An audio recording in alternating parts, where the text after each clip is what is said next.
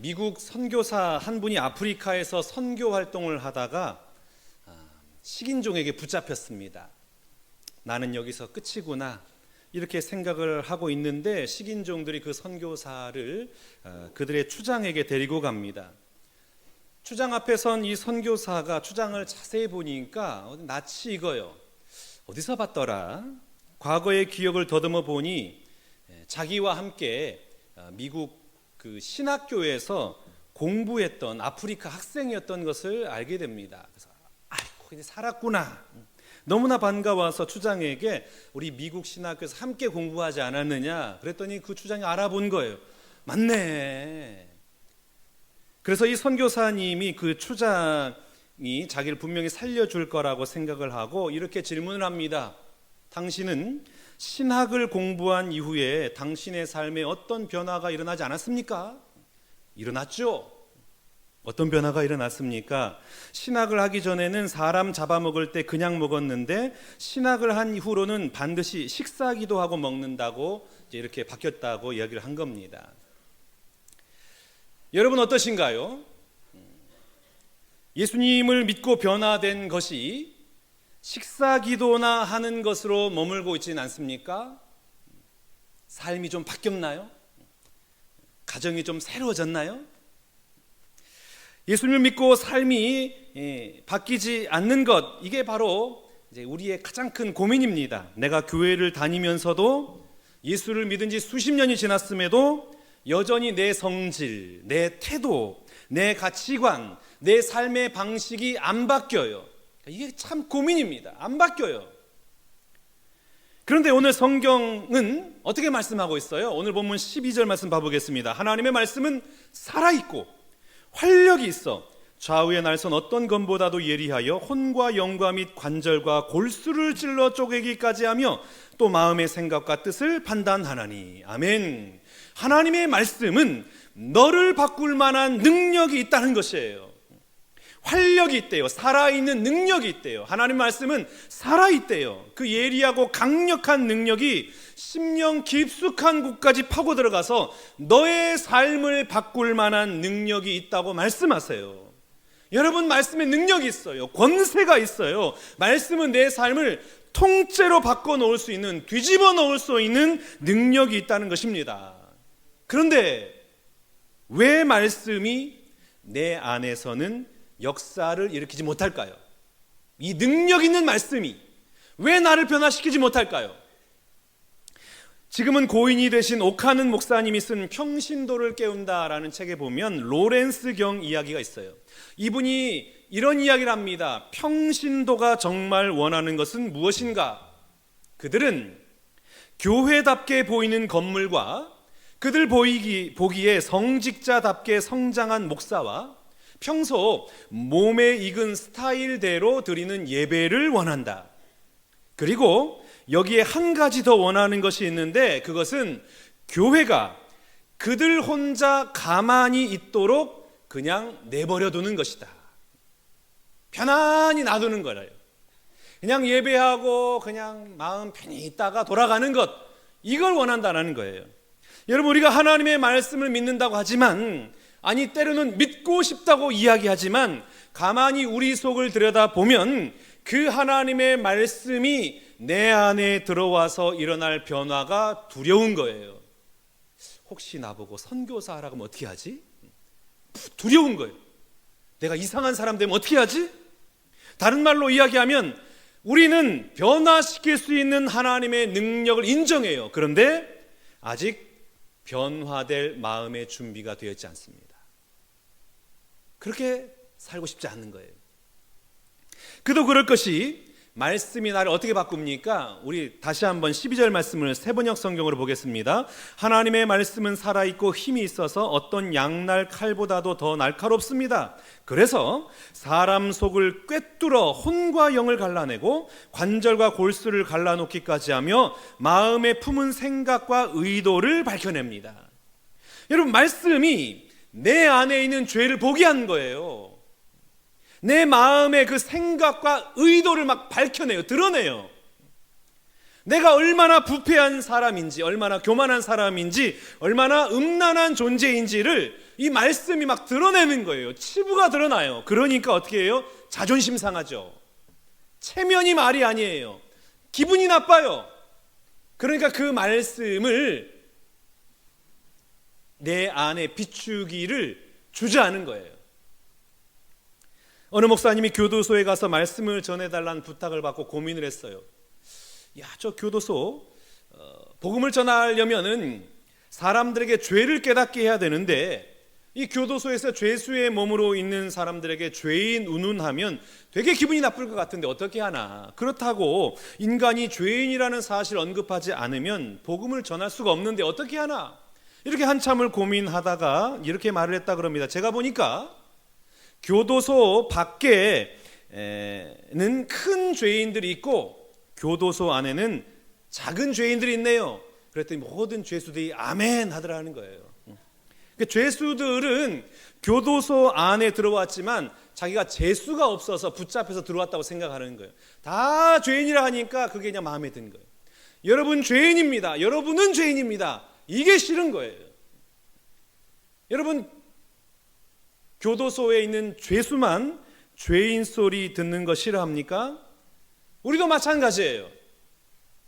내가 뭐 그렇게 큰 잘못을 한 것도 아닌데 내가 살인을 했나 내가 도둑질을 했나 나 정도면 괜찮은 사람인데 이런 생각이 있어요. 그래서 죄인이라고 하니까 기분이 언짢아요. 마음이 상해요. 내가 왜 죄인이에요? 내가 뭘 그렇게 잘못했어요? 거부하는 거예요.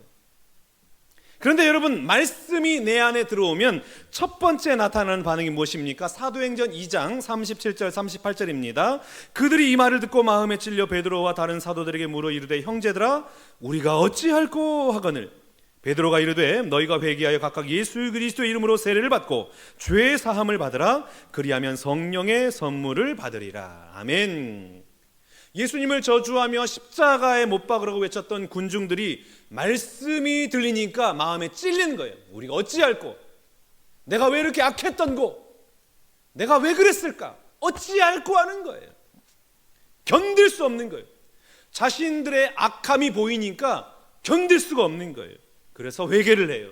그리고 사람이 변화가 되는 거예요. 예레미야 23장 29절 말씀 봐보겠습니다. 여호와의 말씀이니라 내 말이 불같지 아니하냐 바위를 쳐서 부스러뜨리는 방망이 같지 아니하냐. 여러분 말씀은 불과 같이 뜨거운 거예요. 나를 태우고요. 방망이와 같이 바위를 부수는 방망이와 같이 나를 막 깨뜨리는 거예요. 여러분 우리 피택 항존직들이 양육 훈련을 받고 있는데 이들의 삶이 얼마나 놀랍도록 변화되고 있는지 아십니까? 8주 지났어요. 2달밖에 안 됐어요. 2달밖에 안 됐는데 저들의 삶이 완전히 바뀐 거예요. 어제도 제가 신방을 다녀왔는데 남편 집사님이 너무 행복하대요. 너무 행복하대요. 아내가 잔소리를 안 한대요. 그래서 가정에 평화가 찾아왔대요. 우리 아내가 입만 닫으면 우리 집은 평화롭습니다. 아내가 그냥 입을 다물고 있는 거예요.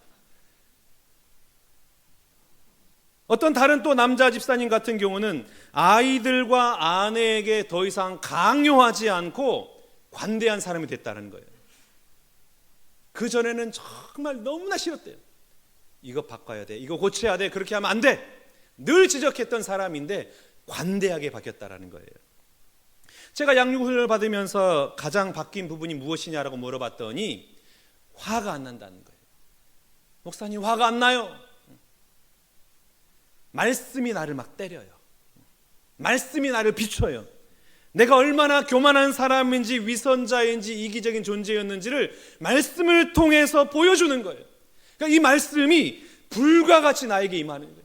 방망이가 되어서 나의 옛사람을 막 부스러뜨리는 거예요. 내가 얼마나 악한 사람인지를 깨닫게 되니까 도무지 화를 낼 수가 없는 거예요. 화를 못 내요. 내가 너무나 완악한 죄인임이 보여지고 깨달아지니까 화를 낼 수가 없는 거예요. 나의 잣대로 상대방을 판단할 수가 없어요. 그동안 살아오면서 너무나 당연하다고 생각하면서 정죄했던 내 모습이 너무나 부끄러워요. 삶이 그러니까 바뀌게 되는 것이죠. 그래서 회개의 역사가 일어나고 이로 인해서 구원의 역사가 일어나고 하나님의 은혜가 그들뿐만 아니라 그들의 가정 가운데 임하는 것입니다. 저와 여러분에게도 이런 살아나는 은혜가 임하시기를 주님의 이름으로 축복합니다. 여러분, 하나님의 말씀은 나를 변화시키는 능력이 있습니다. 나를 새롭게 해요. 내 삶을 송두리째 바꿔놓습니다. 그런데 왜 나는 변화되지 않을까요? 왜 나는 변화되지 않죠? 우리가 읽지 않았지만 2절 말씀 한번 봐보겠습니다. 그들과 같이 우리도 복음 전함을 받은 자이나 들은 바 그 말씀이 그들에게 유익하지 못한 것은 듣는 자가 믿음과 결부시키지 아니함이라. 말씀은 항상 있습니다. 하나님의 말씀의 능력은 하나도 가감되지 않았어요. 말씀을 들었어요. 그런데 그 말씀을 내 믿음과 결부시키지 않은 거예요. 그러니까 들은 바 그 말씀이 지식으로만 남아있고 정보로만 남아있어요. 말씀은 신앙생활 할 때만 필요하고 실제 내 삶의 현장 속에서는 말씀이 아닌 나만의 방식으로 살아가는 거예요. 그러니까 믿는 것과 실제 내가 살아가는 삶에는 커다란 차이가 있는 것입니다. 내가 믿는 대로 살지 않는다는 거예요. 들은 바 말씀에 내 손과 발이 적용되는 그게 안 돼요. 순종이 안 돼요. 그러니까 변화가 일어나지 않는 것이죠. 여러분, 하나님을 제대로 믿는 사람은 내 삶에 불편하고 불리한 일이 찾아오면 가장 먼저 하나님 앞에 묻습니다. 그리고 말씀에서 길을 찾아요. 하나님 어떻게 할까요? 어떻게 반응할까요? 그런데 하나님을 믿는 모양만 갖춘 사람은 불리하고 불편한 상황이 생기면 혈기를 부려요. 분노를 표출합니다.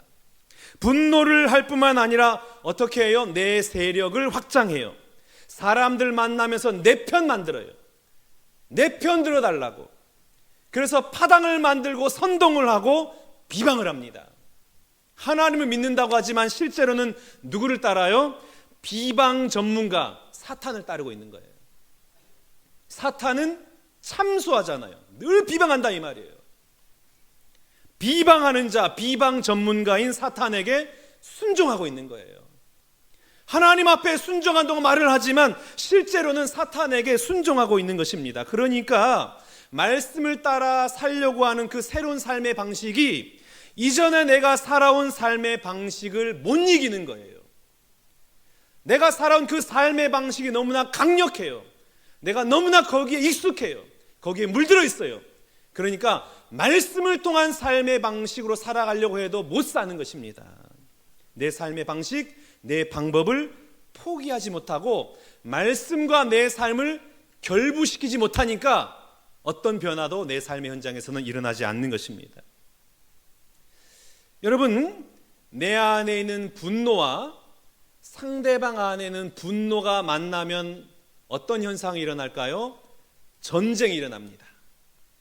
내 안에 있는 사랑과 상대방 안에 있는 사랑이 만나면 어떤 현상이 일어날까요?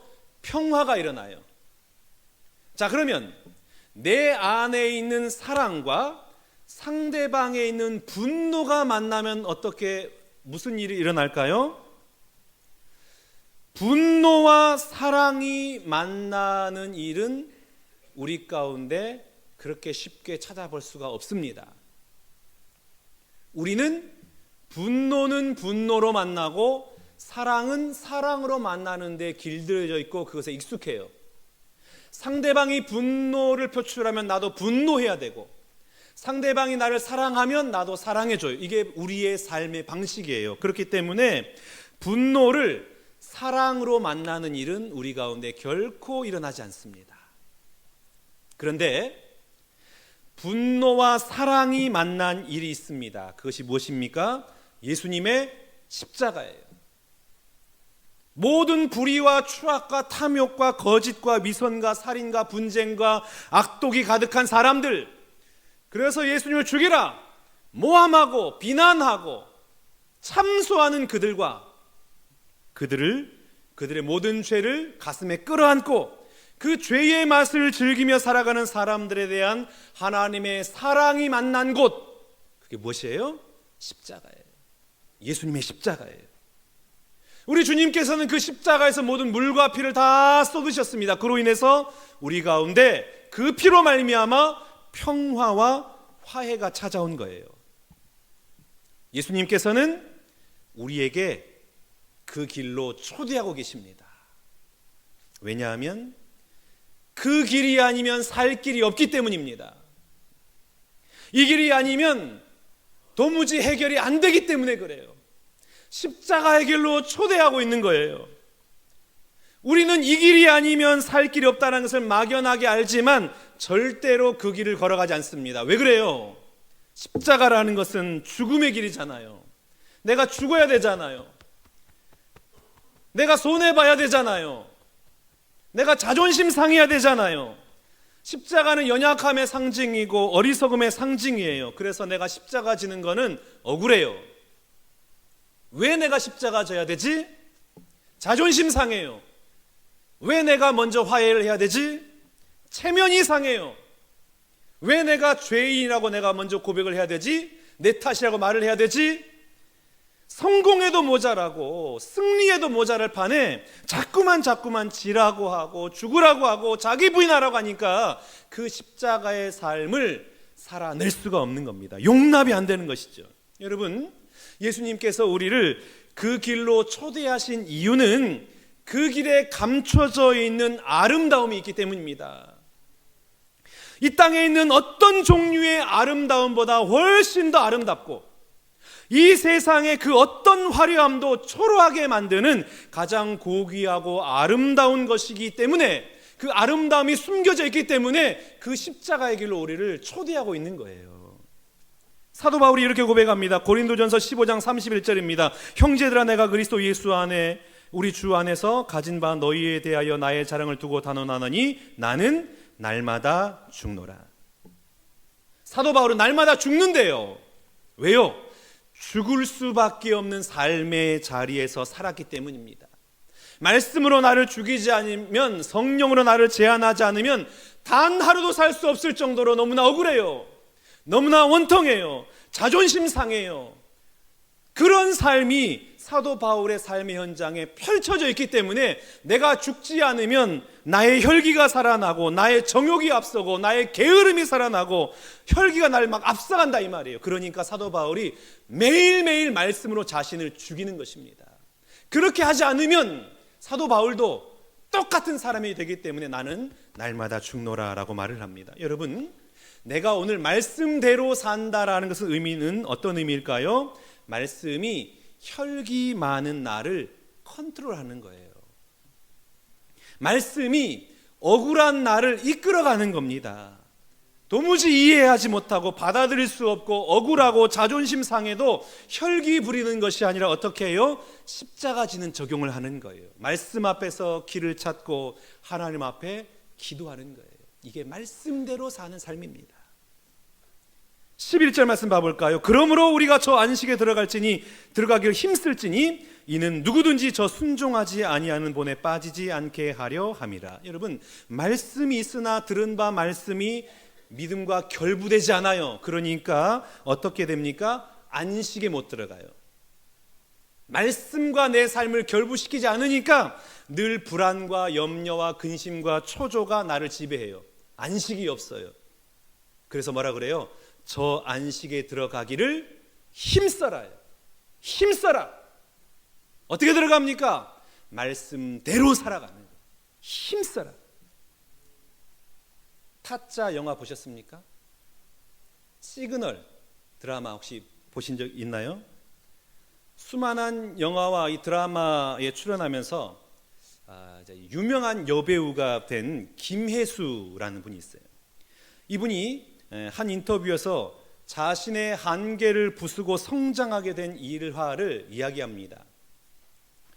옛날에는 대본을 보다가 마음에 드는 장면이 있으면 일부러 대본을 안 봤대요. 왜냐하면 대본을 보면 정형화 될 것 같아서, 내 연기가 이 글 안에 갇힐 것만 같아서 대본을 안 봤대요. 그런데 어느 날인가 달달 외운 대본을 읽고 또 읽었어요. 너무나 눈에 익어서 감흥이 없을 정도로 읽고 또 읽고 또 읽었다는 거예요. 그런데 놀라운 건 너무도 익숙해져서 새로울 것 없을 것 같은 대본에서 보지 못했던 것들이 보이기 시작하더라는 거예요. 그걸 암송하고 아무런 감흥이 없을 정도로 계속 봤더니 그 전에는 보이지 않던 것들이 막 보이기 시작한 거예요. 그러면서 어떤 일에 의미가 없어 보인다면 그 일에서 의미를 찾을 만큼 충분히 애쓰지 않았기 때문임을 말합니다. 내 삶에 의미가 없어. 이건 왜 그렇다는 거예요? 애쓰지 않았다는 거예요. 의미를 찾으려고 노력을 하지 않았기 때문이라는 것입니다. 사람이라는 결국 자신이 아는 만큼 하는 만큼 보게 된다는 거예요. 그래서 그때부터 항상 공부하는 마음으로 어금니를 깨물고 연기에 몰두했다 그럽니다. 그래서 대배우가 된 거예요. 사랑하는 여러분, 올 한 해 말씀대로 살아내는 그 삶을 힘쓰시기를 축복합니다. 말씀을 내 삶으로 가져와서 손과 발이 되는 적용을 하고 그 말씀 속에서 내 죄를 보고 그 삶의 현장에서 일어난 모든 사건들을 하나님의 섭리 안에서 해석하고 나의 방식이 아니라 십자가의 방식으로 살아내는 그런 삶을 힘쓰는 여러분 되시기를 축복합니다. 어느 정도까지요? 너무나 강조해서 식상할 때까지 또 그렇게 살아야 돼? 또 그 결과야? 너무나 익숙해서 아무런 감흥이 없을 때까지 말씀대로 살아내는 거예요.